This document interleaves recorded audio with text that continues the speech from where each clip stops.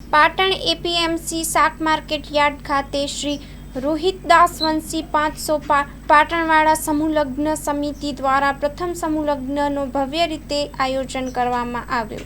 Report by Narottam Rathod, Patan.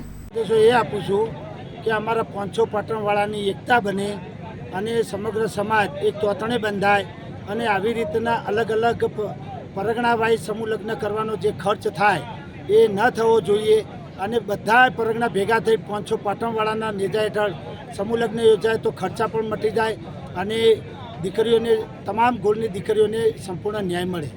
को मान रखते हुए आज आप 500 गांव के जो रविदास वंश के जो अनुयायी हैं उनके साथ यहाँ मिलने का मुझे मौका मिला।